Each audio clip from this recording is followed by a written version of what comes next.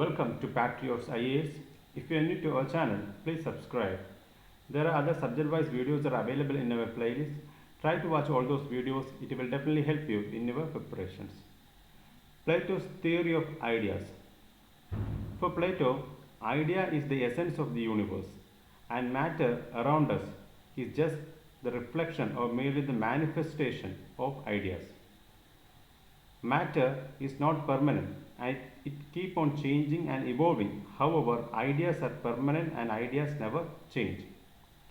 For Plato, reality is nothing but the shadow of idea. All the matter around us is the imperfect copies of ideas. The idea is ultimate reality. In theory of ideas, Plato says reality is the shadow of ideas, and to explain this statement, he introduced theory of soul and allegory of caves. In theory of soul, Plato says every soul has three elements: reason, courage, and appetite. Based on dominant element of soul, there are three categories of person: men of gold, men of silver, and men of copper. In men of gold, reason dominates. In men of silver, courage dominates. In men of copper, appetite dominates. Next, about the function of the soul. The soul guides us what is right and what is wrong, what is perfect and imperfect. How soul knows it? By comparing it with what it has seen in kingdom of God. According to Plato, every soul can't do comprehension in equal sense. Souls are not equal. Person in whom reason dominates can do it best. So according to Plato, only those who have reason can establish kingdom of God on earth. In allegory of caves, what Plato says that in a cave, slaves or ignorant men, to them the image, shadow of certain images were shown. These slaves or ignorant men consider the shadow as the reality. When they came out, they will realize that what they consider as shadow is as reality is nothing but shadow. Right. So the ignorant men consider shadow as the reality. When they pushed out of the cave into the sunlight, realize that what they consider as reality was just a shadow.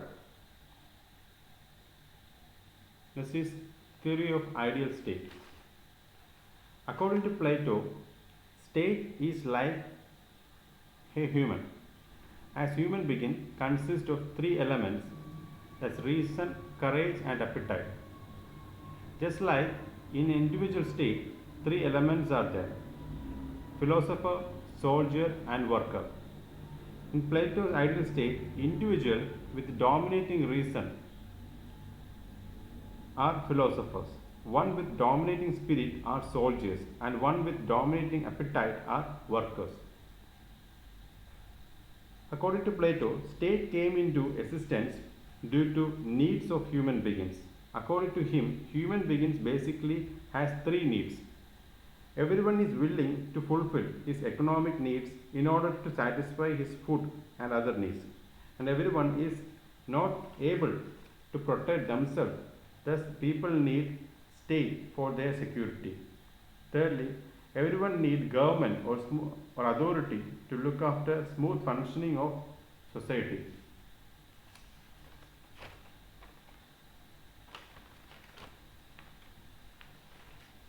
Plato's ideal states fulfill all need of the people.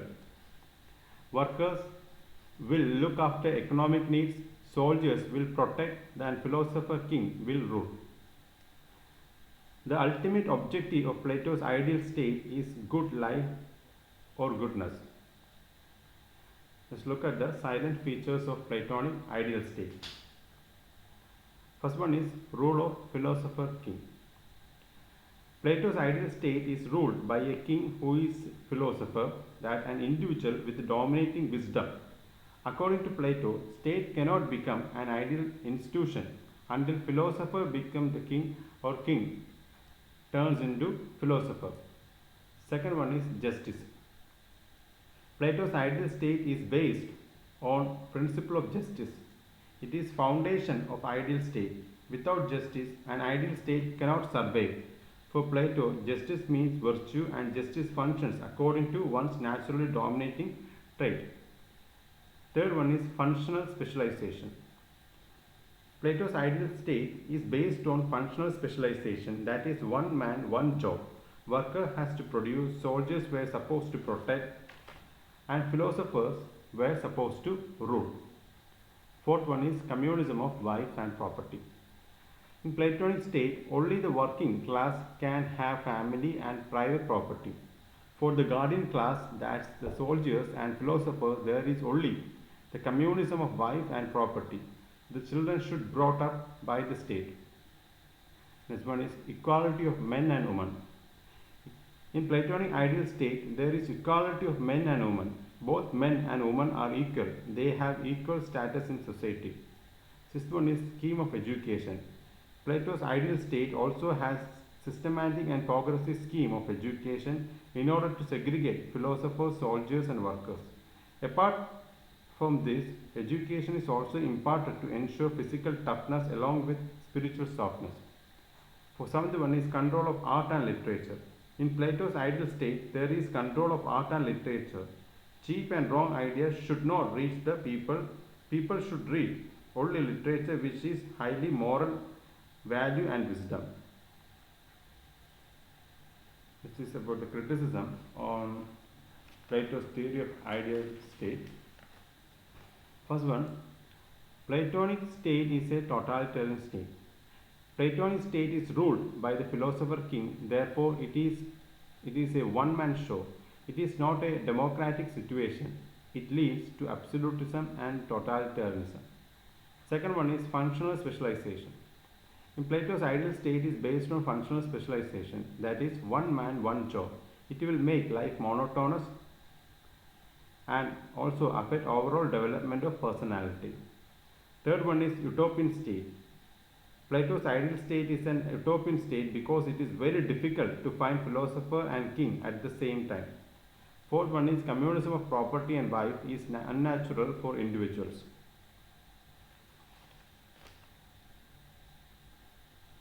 Next is philosopher king.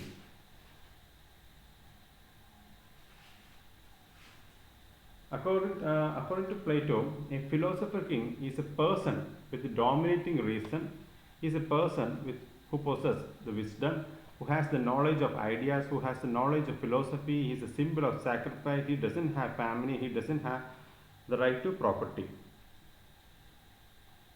The philosopher king, he is the one who will establish an ideal state which will be free of corruption. Plato believed that the state cannot an ideal state until philosopher become the king or kings become philosopher. Plato preferred the rule of philosophy over rule of law. For him, no law is mightier than the knowledge. Plato gives absolute power to philosopher king. It is Aristotle's criticism on Plato's philosopher king. Aristotle argued that rule of law is always better than rule of any person irrespective of how knowledgeable he or she is. He also finds other issues with the idea of philosopher king. Second one is it is not an easy task to find someone worthy to be philosopher and king at the same time. Third one, the philosopher king can eventually succumb to his or her appetite and passions can act without reason. Instead, it is better to trust laws since they represent the absolute wisdom of the many generations of learned men and are more dependent on knowledge and reason of the one person. So, in the words of Aristotle, Plato is sacrificing good for the sake of the best, but best is unachievable. If the rule of the philosopher king is the best, the rule of the law is the best practicable. Next is Plato as the father of political philosophy. See, Plato is known as father of political philosophy because he has given the theory of ideas and established the study of ideas is superior to the study of matter, and that philosophy is superior to physics. It was Plato who emphasized that we should not only focus on describing the state but also understanding the idea of the state and to create the ideal state. It was Plato who established that the knowledge of the philosophy is not just for the betterment of philosopher but for the good of society, and thus philosophy has social purpose. According to by the words of Karl Popper, one can either be Platonic or anti-Platonic, but one can never be non-Platonic. This is a question, and the question is this: the perfect guardian must be a philosopher. See, the theory of philosopher guardian or rule is pin of Plato's ideal state. It is derived from the conviction that philosopher has knowledge, intellect and training. Philosophers has knowledge, intellect and training to govern.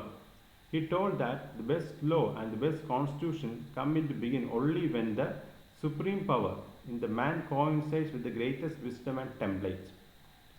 Accepting Socratic idea that knowledge is virtue, Plato argued that wrong deeds had their origin in ignorance, whereas knowledge leads to right actions and happiness.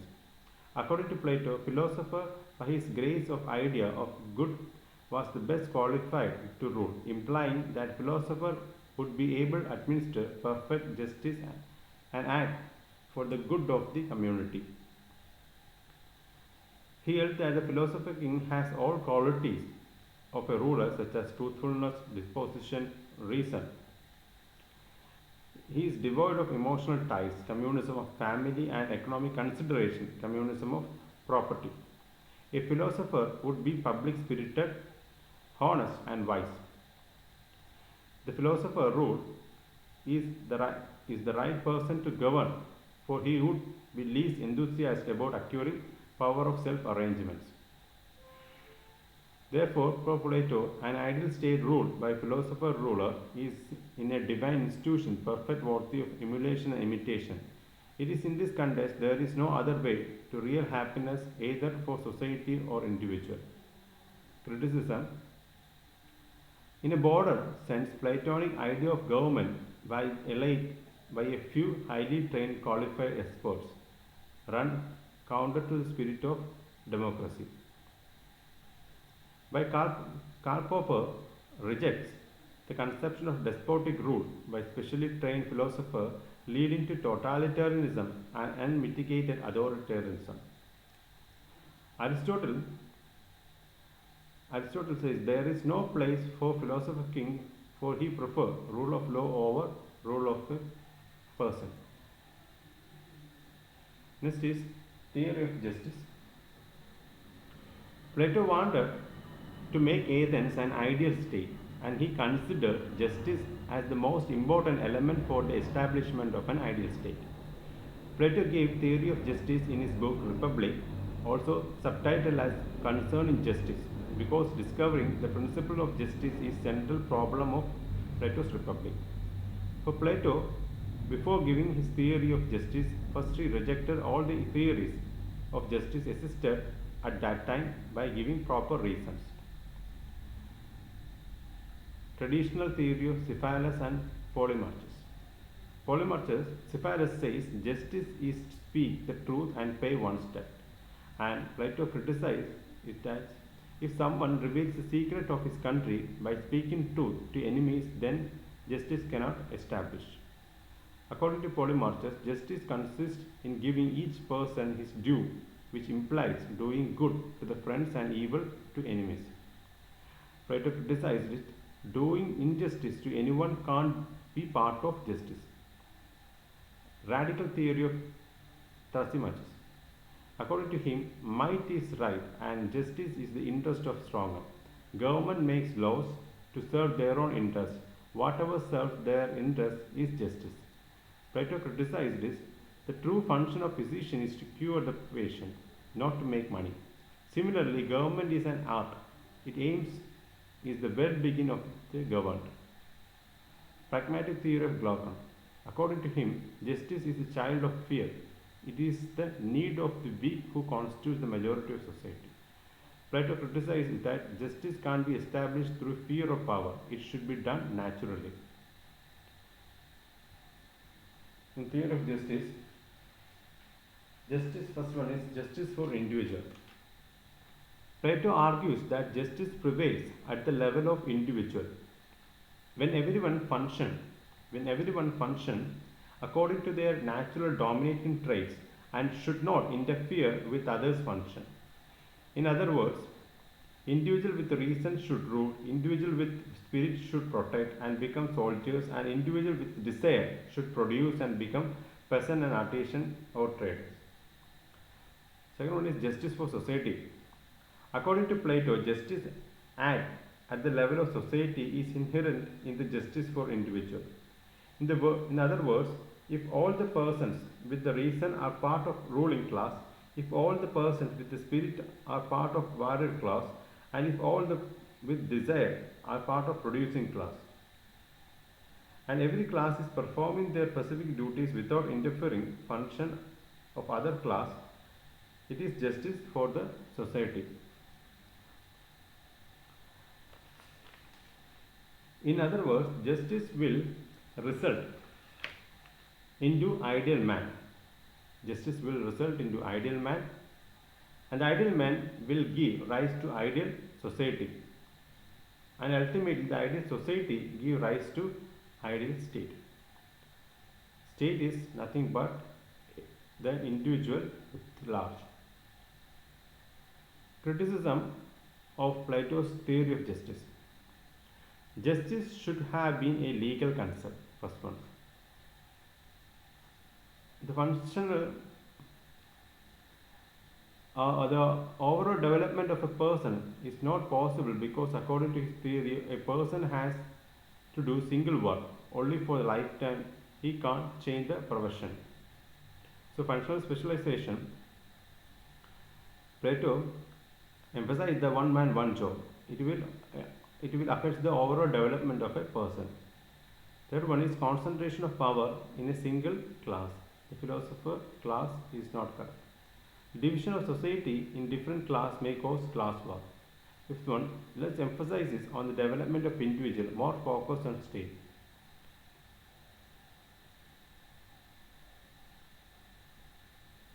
The fundamental issue of republic is the discovery of nature and habitation of justice. Discuss this statement to examine Plato's conception. The importance of theory of justice, Plato's work, can seen even the subtitle of masterpiece. The Republic is concerning justice. Justice is the main ideal that the Plato aspires for because it signifies stability and external character and goes about incorporating it in his republic. Justice was not simply doing your duty, but also source of virtue. Moreover, it was better to be just than to be unjust. Plato believed that it was important to understand God's idea of justice to arrive perfect idea of justice. He explained through myth of souls, in which the reason was the most important, how to structure society and generate a just order. It would distribute function in society so that each individual contributes his own part to making justice society. Moreover, since state is individual at large, the principle of justice could also be embodied by the state. Thus, just a state for Plato was based on division of labor and functional specialization. It exhibited non-interference and regard temperance as a virtue. Such a state would not only create excellence but also let harmony. State is individual at large. It means that state is bigger version of individual. Plato says state doesn't come out of oak or rock. It inherits the mind of people living in the state. So the nature of the state will depend on character of individual, like man, like state. For Plato, principles governing life of individual is ethics, and the principle governing state is politics. Can't be different from each other. That is, idea of good life and good political life cannot separate from each other. Next is a question. What arguments counter the accusation of Plato subordinates to the individual to the state? Analysis the basic features of this scheme.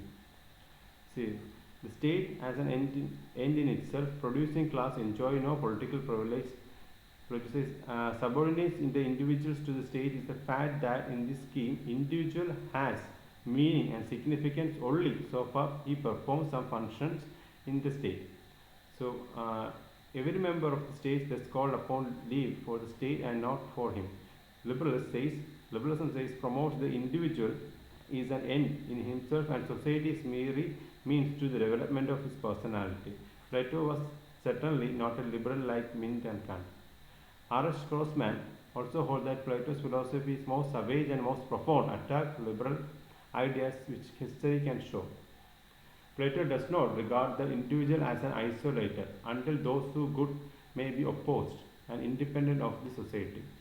His individual is a part of whole. His life acquires value and significance only in relation to whole. The rights which he can demand and which society should secure to him are those conditions of life which enable him to discharge his function apart of the whole and contribute. The only right which Plato is interested in is the right which enables one to perform one's duty. It covers all the other rights. This conception does not destroy the individuality of the individual. On the contrary, it deepens it. Theory of communism. In theory of first one is theory of property. First one is private property for guardian class. For ruling and soldiers, no private property for guardian class. They will keep a minimum goods for their day-to-day use, and whatever goods they keep would be shared by all. They will live together and eat from a common kitchen. Criticism on private property is that Plato says property leads to corruption, but it also has a constructive implication. Property is a source of motivation. It is a sense of achievement. Those who own property are men of reason, and those having property prefer stability. Property is a source of charity. Let's look at the communism of wives. The guardian class will not have any private families. They will be isolated from ordinary population, enter into a group marriage and become each other's common husband and wives. Their newly born children will be separated from their parents and placed in the custody of a state for the education along with other children of the community. Parents and children could not know identity of each other to avoid nepotism. All men and women become parents of their common children. This is done to avoid corruption, nepotism, because people collect money through unfair means for their family. Once children born, after a few months taken into the state's custody, this leads to the liberation of women, and no family work can play role in the affair of the state. Criticism on communism of family or wife. As an institution, family has lots of importance in society. For a person, it is the source of emotional stability. Aristotle criticized Plato's suggestion concerning remedies and all. See, in theory of communism is only for guardian class. Why? Because they have power, can go corrupt, not for the producing class. They are not in power and will not have the opportunity to be corrupt. They are men of appetite, cannot control their desire. That's why Plato says, theory of communism is only for guardian class, for rulers and soldiers. Let's look at the comparison between Plato's communism and communism of Karl Marx. Plato's communism applies to the guardian class, that is rulers and soldiers, whereas communism of Karl Marx applies to the whole society. Plato's communism can be achieved through an elaborate education system, and Karl Marx's communism can be achieved through revolution. Plato's communism implies sharing of common property and rights, whereas Karl Marx insists on common ownership of property, particularly means of social production. Plato implies satisfaction of minimal material needs of guardian class accustomed plain living and high thinking, whereas Karl Marx implies satisfaction of all material needs of people. The primacy of moral values in Plato's communism, whereas Karl Marx primacy of material satisfaction. Authority would be vested in philosopher king. Authority would vested in the working class. Plato wants to create an ideal state. Marx considers state as an instrument of exploitation and wants to end a state. Plato exhorts citizens to sacrifice their interests for state. Marx calls for revolution against state. So Karl Popper, in his book Open Society and Its Enemy, by open society, Karl Popper means society where people enjoy freedom of speech and expression. People have freedom to live according to their preference rather than arbitrary dictates by some supposed to be the wise men. In open society, education is not indoctrination. Teachers to accept doctrine uncritically. In Karl Popper's book Open Society and Enemies, where he points out that there are dangerous totalitarian trends in Plato. He calls Plato as first fascist. He even goes to the extent of suggesting that Plato himself wanted to be a philosopher. Karl Popper suggests that if we didn't accept the interpretation, it is because of the spell of Plato's magic of it is a magic. It is a spell of Plato or magic of Plato. Plato is an enemy of open society. As an enemy of open society, Plato advocated a closed system. Karl Popper says that he advocated a closed system. Plato's philosophy sought out perpetuate ideas were against the democracy. Plato was against change, against to an open society. Plato wanted to be a philosopher, to be the king, and he wanted an elite society.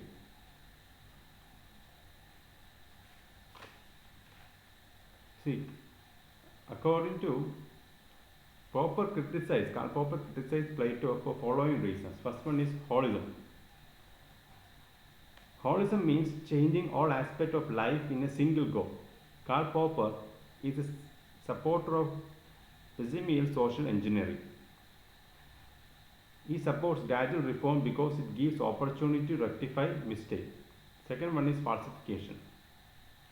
Plato's philosophy doesn't pass the test of falsification. Plato claims that his theory is based on absolute wisdom. His theory is not open for falsification or critical examination. According to Karl Popper, Plato himself wanted to be philosopher king.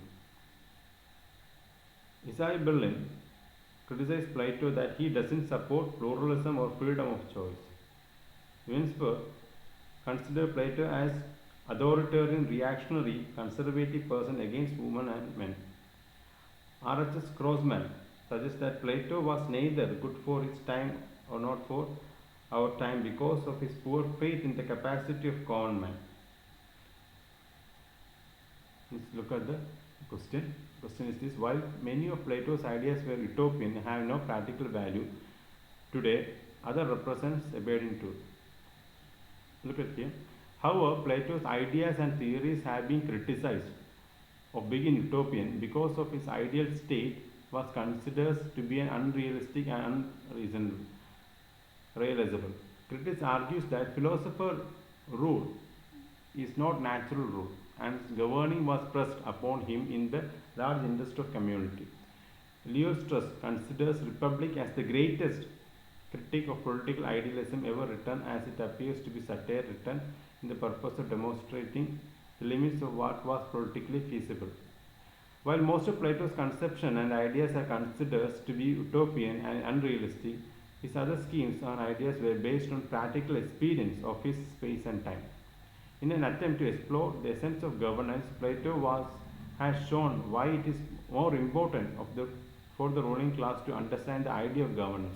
It is because of ignorance of the ruling class that the problems of corruption arise, which he himself experienced the Athens of his time. In addition, his work Republic was written in the form of dialogue. See, Plato insisted temperate attitude towards the property was necessary for security and well-being of the state. Too much acquisitiveness and love for one's possessiveness ruined the unity and moral goodness of the state. Thus, Plato clearly perceived a disastrous consequence of combining economic and political power. In this way, Plato was the first to understand the implication of the role that economic factor can play in politics. Therefore, despite its beginning, the master of political philosophy and realism, Plato's formulations are also based on truth and knowledge. According to Nettleship, the book Republic may be regarded not only a philosophical work but as a treatise on social and political reforms. This is all about Plato. If you like the video, please subscribe our channel. Please share the video with your friends. There are subject-wise videos that are available in our playlist. Try to watch all those videos. It will definitely help you in your preparations. Thanks for watching.